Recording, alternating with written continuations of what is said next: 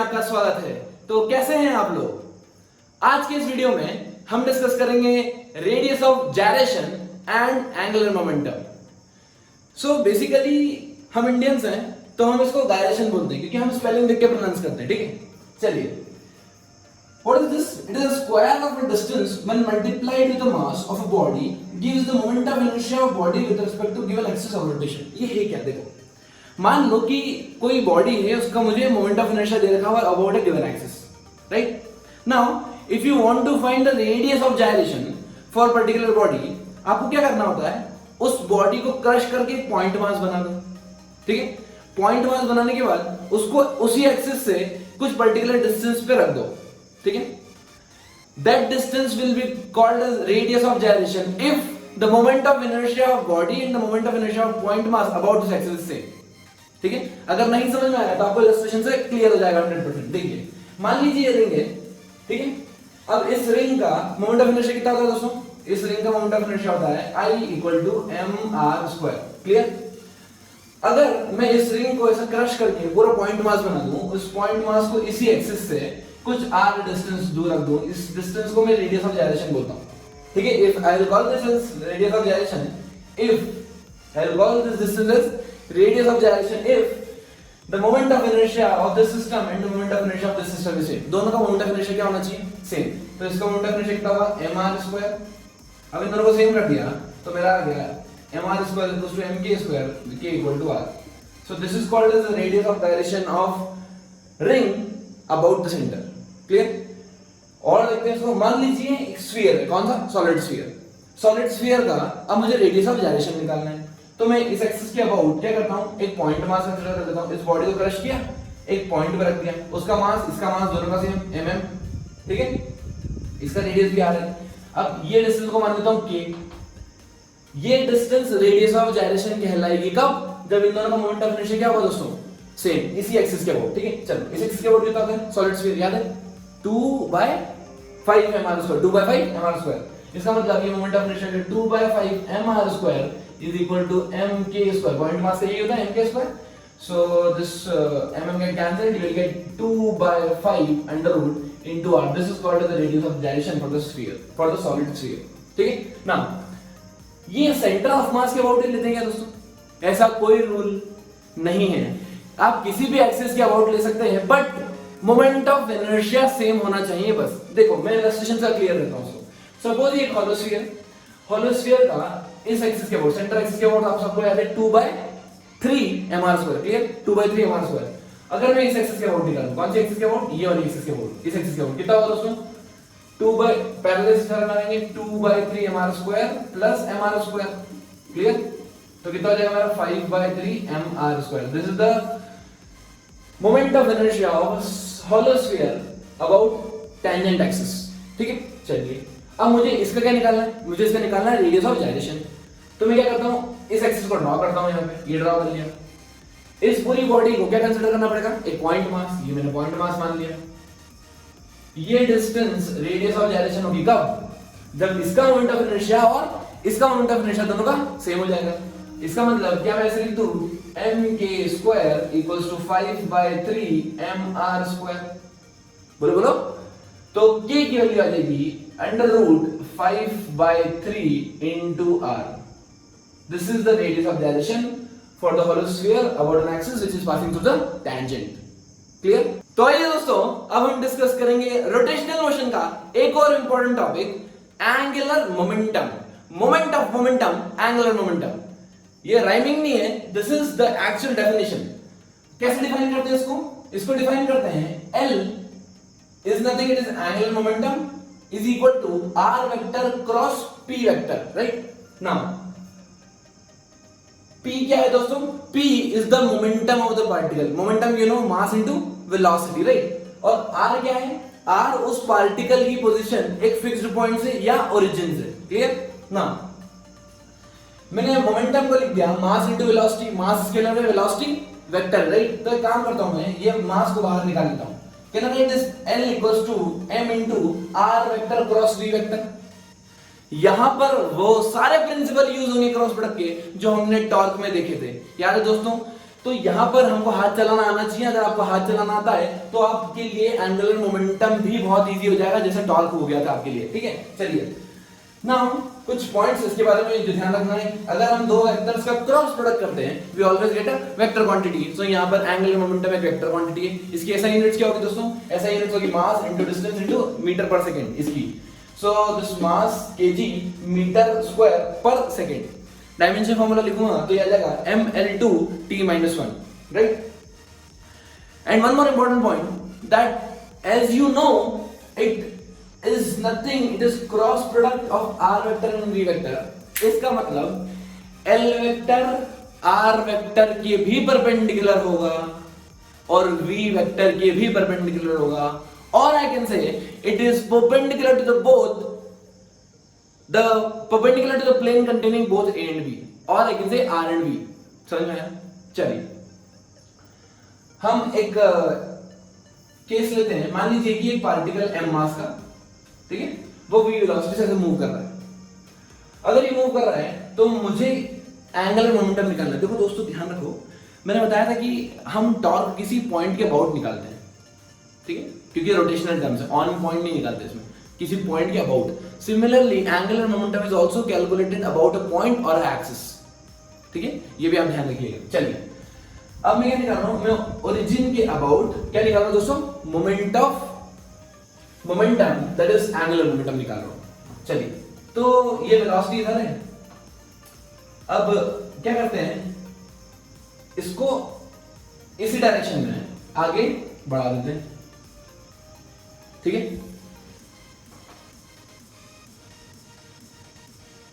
ये एंगल कितना दोस्तों? मान लीजिए ये एंगल थीटा है, angle between r vector and v vector.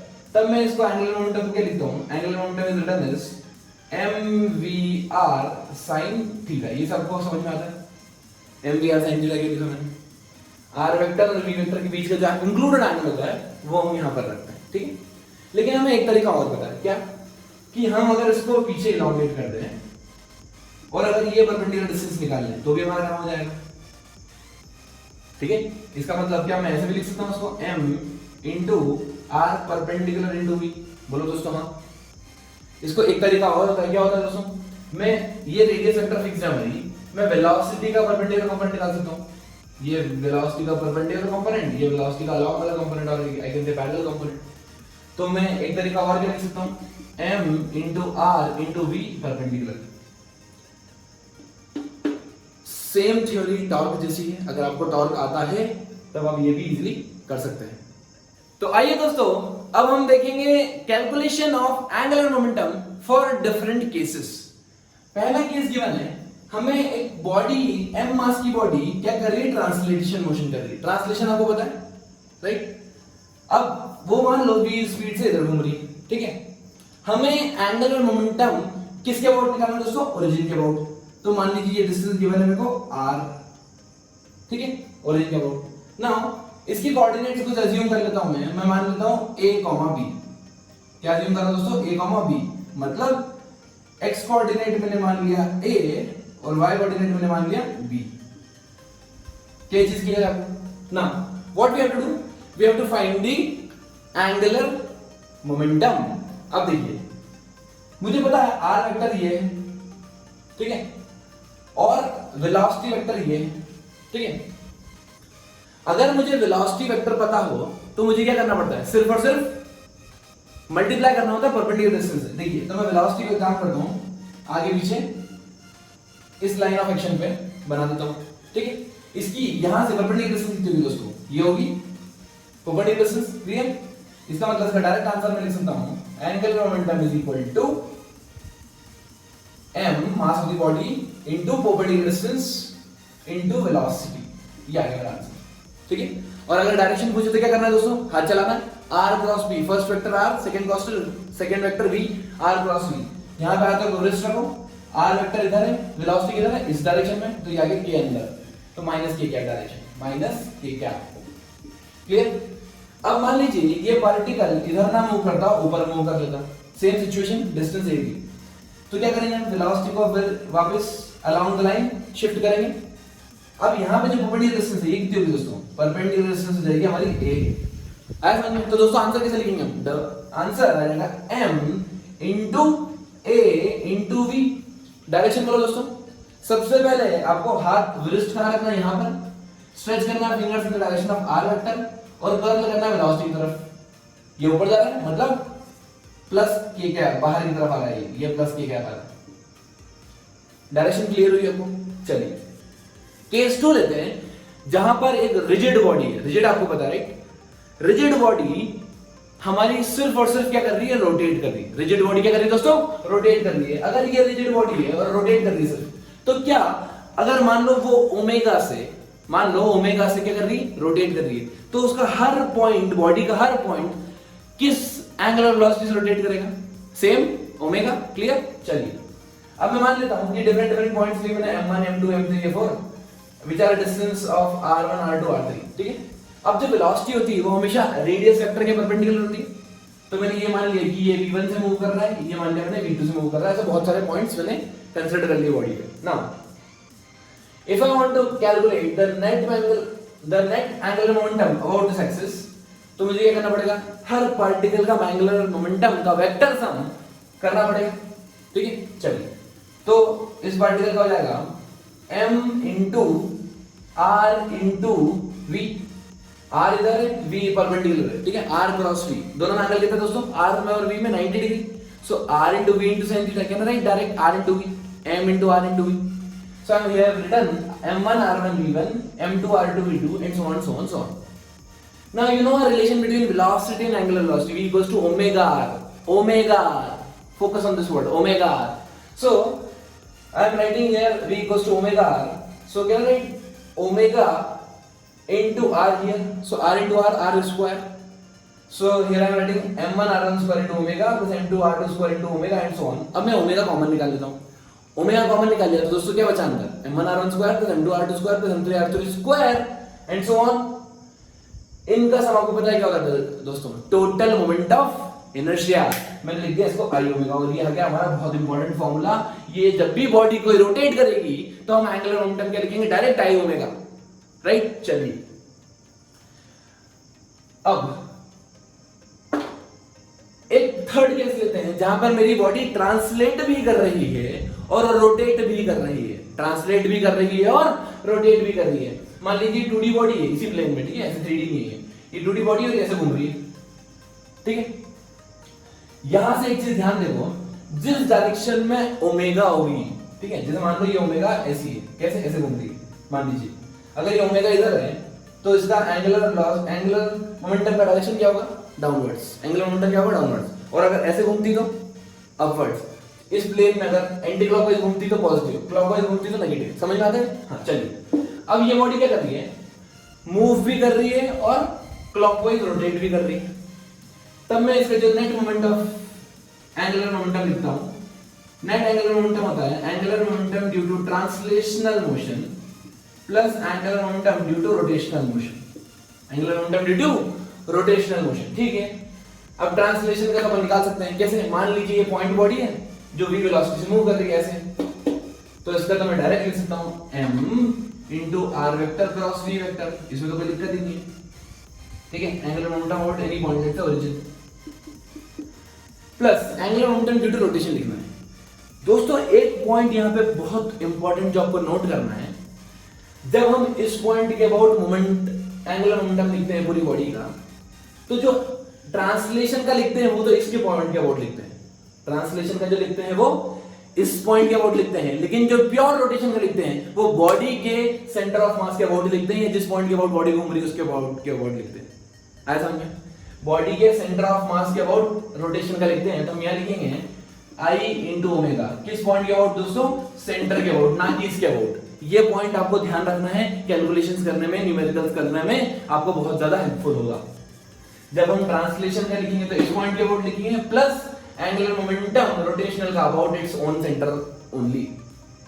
तो दोस्तों कुछ सिंपल लेवल की प्रॉब्लम देखते हैं ताकि हमारी अंडरस्टैंडिंग बिल्ड हो। यहां पर एक बॉल है जो v स्पीड से मूव कर रही है towards right on a horizontal ground. एक ऑब्जर्वर खड़ा है p पॉइंट पे which is at a distance r from this point, right. अब मुझे क्या निकालना है? एंगुलर मोमेंटम निकालना है। किस पॉइंट के अबाउट? p पॉइंट के अबाउट। ठीक है, तो सबसे पहले तो मुझे पता है कि ये आर वेक्टर इधर होगा, वी वेक्टर इधर है, ठीक है। But you know that if you know velocity direction then just multiply the perpendicular direction, ठीक है। अगर एक वी और आर दो चीज है, अगर वेलोसिटी पता है तो परपेंडिकुलर डिस्टेंस से मल्टीप्लाई कर दो, खत्म। तो मेरा क्या हो गया, एंगुलर मोमेंटम आ गया m into v into d into v, ये और ये दोनों परपेंडिकुलर है। या फिर मैं दूसरे तरीके से कैसे लिख सकता हूं इसको, अगर मैंने इसको मान लिया एंगल थीटा, ठीक है, अगर मैंने इसको क्या मान लिया एंगल थीटा, तो ये जाएगा r, देखो दोस्तों ये थीटा, तो इन दोनों के बीच में एंगल कितना हो जाएगा, ये 90 माइनस थीटा, ये हो जाएगा 180 माइनस 90, ये हो जाएगा 90 plus theta, clear. 90 plus theta और ये 90 माइनस थीटा, तो कैंसिल हो जाएगा। अब देखो दोस्तों, यहां पे मैं ऐसे भी लिख सकता हूं इसको m into r into v into sine, दोनों के बीच का एंगल, v और r के बीच का एंगल कितना है, sine 180 plus theta, sorry 90 plus theta. Sine 90 plus theta कितना होता है दोस्तों, sine 90 plus theta minus cos plus cos, cos theta, तो ये जाएगा m r v cos theta. r देखो ये r है, ये थीटा है, क्या r cos थीटा d हो गया, r into cos थीटा क्या हो गया d, तो m v d, हम डायरेक्ट भी लिख सकते हैं, ठीक है। अब अगर मैं आपसे डायरेक्शन पूछूं तो डायरेक्शन क्या होगी दोस्तों, यहां पर रिस्ट रखो r, वेलोसिटी किधर है, इधर है कि इधर है, तो हमारा आंसर r क्रॉस v अंदर की तरफ आएगा, माइनस के क्या, क्लियर। चलिए सेकंड प्रॉब्लम इजी लेते हैं, एक बॉल को मैंने ड्रॉप कर दिया, ठीक है, किसी हाइट पर्टिकुलर हाइट से, और 2 सेकंड के बाद आफ्टर 2 सेकंड्स मुझे बताना है उसकी एंगुलर मोमेंटम कितना होगा, किस पॉइंट के बाद, इस पॉइंट के बाद ओरिजिन, ठीक है। चलिए अब मुझे पता है कि वेलोसिटी हमेशा इस डायरेक्शन में होगी, जब भी ये गिरेगा, मान लो यहां पहुंच गया इस पॉइंट पे 2 सेकंड में, ठीक है। वेलोसिटी कितनी होगी, v equals to u plus 80, initial velocity 0 है, acceleration minus g into 2 seconds, तो वेलोसिटी होगी मेरी minus 20 metre per second, clear. अब यहां से परपेंडिकुलर डिस्टेंस कितना है, a, तो मेरा एंगुलर मोमेंटम हो गया m into a into minus 20, और अगर मैं डायरेक्शन लिखूं तो देखो दोस्तों r क्रॉस v माइनस के क्या, तो ये आ जाएगा माइनस के क्या डायरेक्शन, ये समझ आ रहा है। चलिए अब थोड़ा सा प्रॉब्लम की वैरायटी चेंज करते हैं। A body is moving along a line y equals to 1 by 3 root x plus 1 by root 3x plus 10 root 3 with a speed of 1 meter per second. Find the angular momentum about origin. अब हमें क्या given है कि किसी line के about particle move कर रहा है, पार्टिकल जिस लाइन के अबाउट मूव कर रहा है, क्या उसकी वेलोसिटी भी उसी लाइन के अबाउट हो, उन्होंने वेलोसिटी की डायरेक्शन देने के लिए इक्वेशन दी है हमको। चलो सबसे पहले हम ड्रॉ करते हैं। मान लीजिए नंबर लाइन सिस्टम है, ये मैंने मान लिया origin 0,0। Now this y goes to mx plus c, slope कितना है दोस्तों, स्लोप आ गया मेरा tan theta y goes to m, this is called slope, slope कितना आ गया tan theta equals to 1 by root 3 मतलब 30 डिग्री, 1 by root 3 मतलब 30 डिग्री। अच्छा, if x is equals to 0, y की वैल्यू कितनी 10 root 3, मतलब ये लाइन यहां से पास होगी इधर 10 root 3 0, 10 root 3, क्लियर ना। अब मैं एक लाइन ड्रॉ कर लेता हूं, कितना एंगल पे 30 डिग्री एंगल पे, 30 डिग्री यहां से पॉजिटिव एक्स एक्सिस पे मैंने ये 30 डिग्री लाइन ड्रॉ कर ली, ये एंगल कितना हो गया 30 डिग्री, क्लियर। चलिए अब पार्टिकल ऐसे मूव कर रहा है, मुझे क्या चाहिए परपेंडिकुलर डिस्टेंस, मतलब क्या मुझे ये डिस्टेंस चाहिए, ये क्लियर। चलिए अगर ये एंगल 30 है, ये पूरा 90 है, तो ये होगा 60, अगर ये 60 है, ये 90 है, तो ये कितना होगा 30, कैलकुलेशन है इजी है ना। चलिए मतलब ये वाला एंगल, ये एंगल मेरा आ गया 30 डिग्री। अब दोस्तों देखो यहां से यहां तक की लेंथ 10 रूट 3 गिवन है, अगर ये एंगल 30 है तो ये कंपोनेंट कितना होगा 10 रूट 3 cos 30, तो मेरा परपेंडिकुलर डिस्टेंस आ गई 10 रूट 3 cos 30 रूट 3 by 2, कितना होगा 15, डी कितना है दोस्तों 15, राइट 15 आ गया। अब वेलोसिटी कितनी है 1 मीटर पर सेकंड, आंसर आ गया। सो वेलोसिटी मास गिवन नहीं है तो मास 1 kg ले लो, अज्यूम कर लो मास 1 kg, right, m into 15 into 1 कितना हो गया 15। अब डायरेक्शन डायरेक्शन क्या होगी दोस्तों? डायरेक्शन होगी इसकी, यहां पे रेस्ट रखो, यहां पे स्ट्रेच करो, आर क्रॉस वी, इधर है वेलोसिटी, ऊपर वेलोसिटी इस डायरेक्शन में, राइट? आर क्रॉस वी आ गया अंदर की तरफ, माइनस किया गया 15 यूनिट, जो इसकी यूनिट है वो लिखना, और माइनस किया गया इधर डायरेक्शन। क्लियर? एंगुलर मोमेंटम को एक लेवल ऊपर समझने के लिए हम देखते हैं एक और एल्टीट्यूड। यहां पर हमने एक प्रोजेक्टाइल लिया है जिसको u स्पीड से प्रोजेक्ट कर दिया at an angle theta from the ground, ठीक है?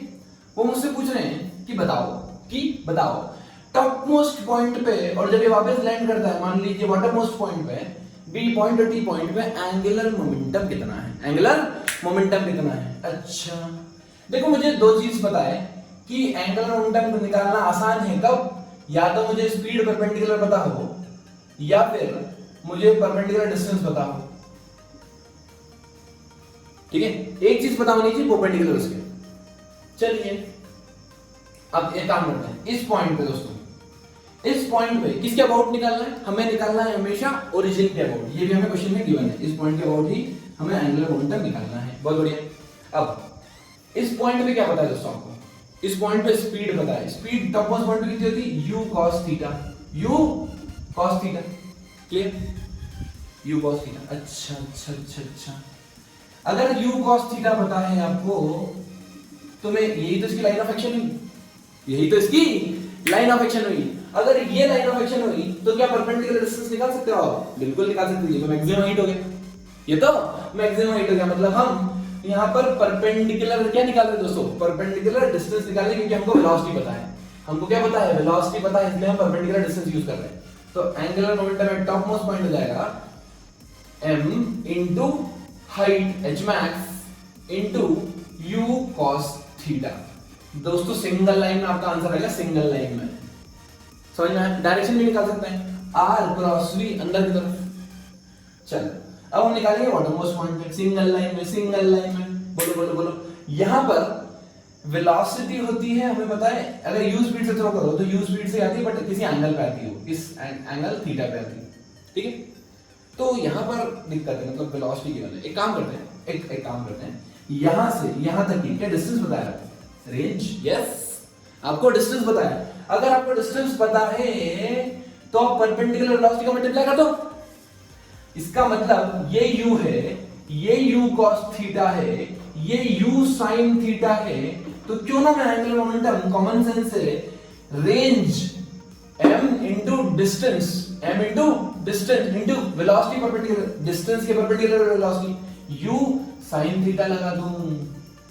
अब डायरेक्शन बताओ दोस्तों इसकी, r क्रॉस v, r इधर v नीचे, अंदर, दोनों अंदर आ रही है, ये भी अंदर वो भी अंदर। आया समझ?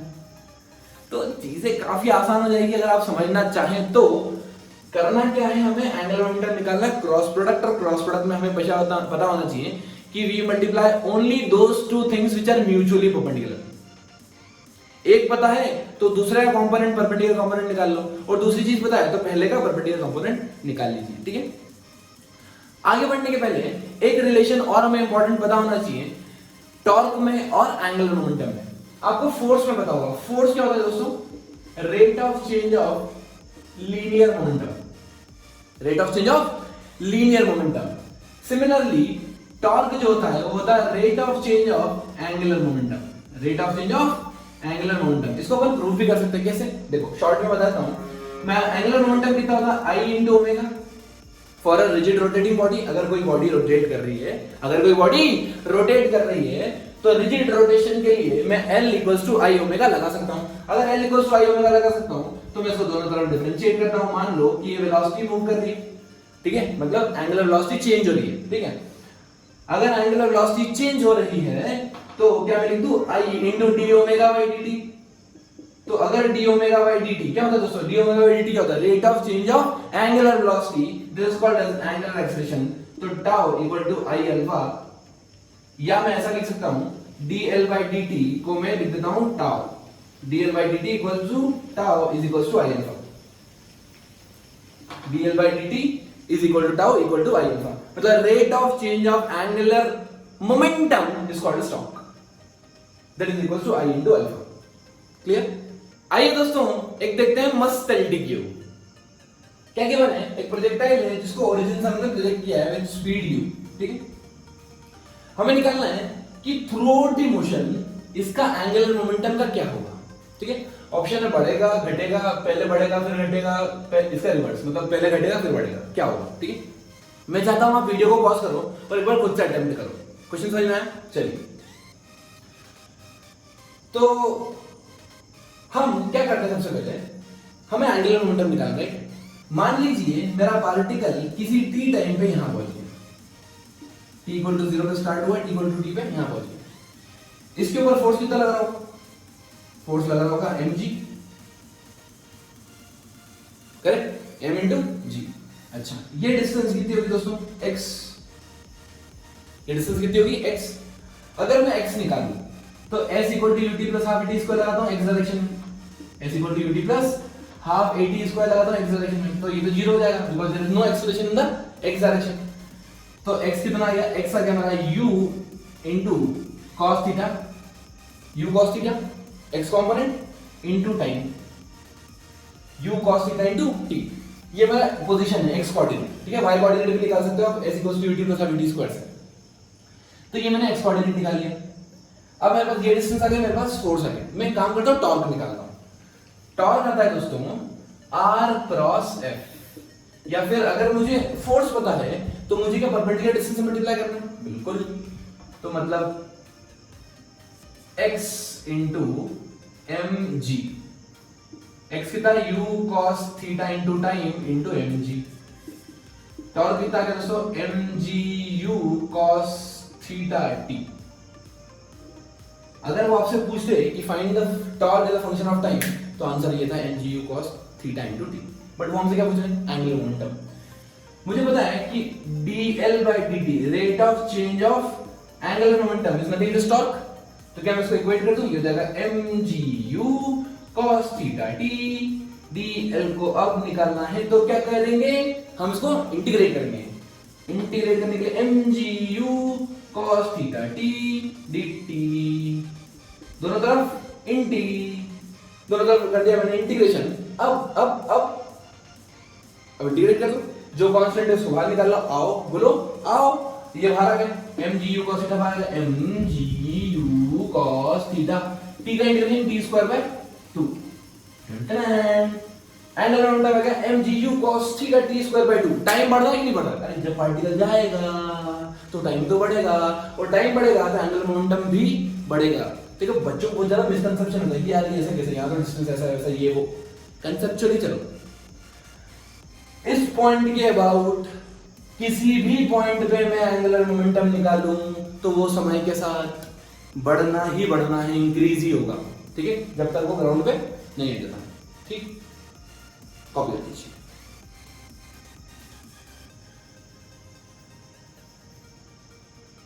अब हम यहां लेते हैं एक और प्रॉब्लम, और उसके साथ हम ये भी चीज सीख जाएंगे कि एक क्वेश्चन को डिफरेंट अप्रोच से कैसे करते हैं। ये वाला क्वेश्चन आपको ध्यान होगा, हमने टॉर्क मेथड से किया था, राइट। आज हम इसको एंगुलर मोमेंटम की मेथड से करेंगे, और यहां पे हमें कैलकुलेट वही करना है, एक्सेलरेशन ऑफ द ब्लॉक्स, ठीक है। आपको कंसीडर करना है कि ये जो पुली है, ये पुली मास m है, रेडियस r है, ठीक। चलिए, सबसे पहले मैं मोमेंट एंगुलर मोमेंटम लगाता हूं centre of mass of the pulley के about, centre of mass of the pulley के अबाउट। आपको पता है कि अगर ये नीचे जाएगा a एक्सेलरेशन से, तो ये भी एक्सेलरेशन से a ऊपर आएगा। अगर ये v वेलोसिटी से नीचे जाएगा तो ये भी v वेलोसिटी से ऊपर आएगा, ठीक है। टेंशन दोनों पॉइंट पे अलग अलग होते हैं, बट हम यहां पर टेंशन कंसीडर नहीं करेंगे, हम डिफरेंट अप्रोच लगा रहे हैं। मान लीजिए कि ये ओमेगा से घूम रहा है, ठीक है, और यहां पर स्लिपिंग नहीं है, नो स्लिपिंग, आपको पता ही है ना, फ्रिक्शन के कारण स्लिपिंग नहीं होती है। तो अगर ये स्पीड v से नीचे जा रहा है तो जो पॉइंट पुली के अंदर है वो भी v स्पीड नीचे जाएगा, ठीक है। और अगर ये ओमेगा से घूम रहा है, ये डिस्टेंस r है, तो क्या मैं लिख दूं v equals to omega into r। Clear? चलिए, अब हम नेट एंगुलर मोमेंटम निकालते हैं इस पॉइंट पे, ठीक है। ये पॉइंट नीचे जा रहा है, सेंटर पे लगाना है, वृत्त रखो यहां, angular momentum of block 1 plus angular momentum of block 2 plus angular momentum of the पुली। ये होगा net momentum, angular momentum about centre of mass of the पुली। ठीक है, centre of mass of pulley, centre of mass of pulley, ठीक है। चलिए फिर step यहाँ are cross we क्या अंदर आ रहा है, डायरेक्शन, सिर्फ डायरेक्शन चेक कर रहा हूं, आर क्रॉस वी अंदर, ठीक है। इसकी देखते हैं, इसकी वेलोसिटी ऊपर है लेकिन रेडियस इधर है, तो ये आर क्रॉस वी, वी के लिए ऊपर, आर ये भी अंदर, आर क्रॉस वी। पुली का देखते हैं, पुली क्या करेगी दोस्तों, घूम रही है, जब घूमती है तो हमारे फिंगर्स डायरेक्शन होना चाहिए इसके, जिस डायरेक्शन में घूम रही है, राइट, ओमेगा, तो ओमेगा से जा रहा है अंदर, ये बॉडी सिर्फ रोटेट कर रही है, तो उसके लिए आई ओमेगा लगाएंगे। चलिए तो एंगुलर मोमेंटम लिखते हैं इसका m1 r capital R radius into v, ठीक। इसके लिए क्या लिखेंगे m2 r v, दोनों की स्पीड बराबर, दोनों का रेडियस भी, इससे r डिस्टेंस भी।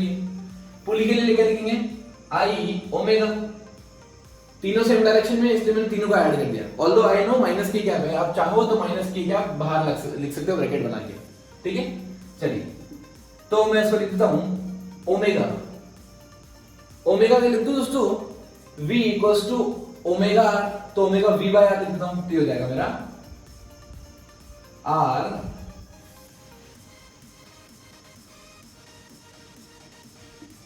mrv plus mrv plus i v by r, v by r। अब एक काम करता हूं, मैं वी आर कॉमन निकाल लेता हूं, तो वी आर कॉमन निकाल ले, क्या बचा अंदर m1 plus m2 plus i by r square, क्योंकि यहाँ r नहीं है ऑलरेडी, मैंने बाहर निकाला तो r स्क्वायर का r पे डिवाइड करना पड़ेगा, ठीक है। ये मेरा आ गया l।